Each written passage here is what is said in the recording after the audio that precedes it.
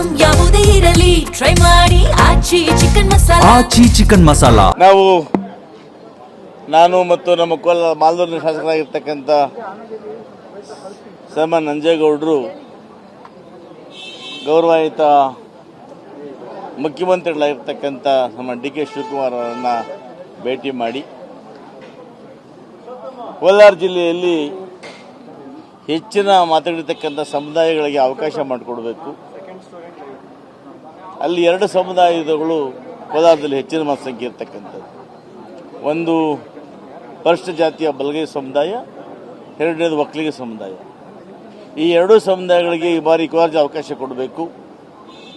ಒಂದು ವೇಳೆ ಈ ಸಮುದಾಯ ಅವಕಾಶ ಕೊಡಲಿಲ್ಲ ಅಂದರೆ ಮುಂದೆ ಕಾಂಗ್ರೆಸ್ ಕಷ್ಟ ಆಗುತ್ತೆ ಅನ್ನೋ ಮಾತುಗಳನ್ನು ಕೂಡ ನಾನು ಮತ್ತು ನಂಜೇಗೌಡರು ಸ್ಪಷ್ಟವಾಗಿ ಗೌರವಾನ್ವಿತ ಮುಖ್ಯಮಂತ್ರಿ ತಿಳಿಸಿದ್ದೇವೆ. ವಿಶ್ವಾಸ ಇದೆ, ಈ ಬಾರಿ ಕೋಲಾರ ಜಿಲ್ಲೆಗೆ ಮಂತ್ರಿ ಮಾಡಿದ ವಿಶ್ವಾಸ ನಮಗಿದೆ.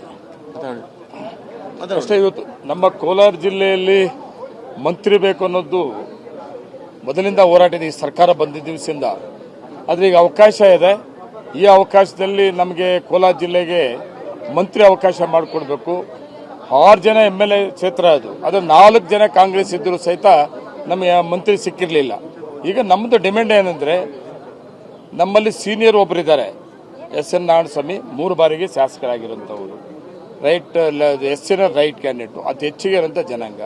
ಇನ್ನೊಂದು ಮೇಜರ್ ಕ್ಯಾಸ್ಟ್ ಒಕ್ಕಲಿಗಾಸ್, ಮತ್ತು ನಾನು ಕೂಡ ಇದ್ದೇನೆ.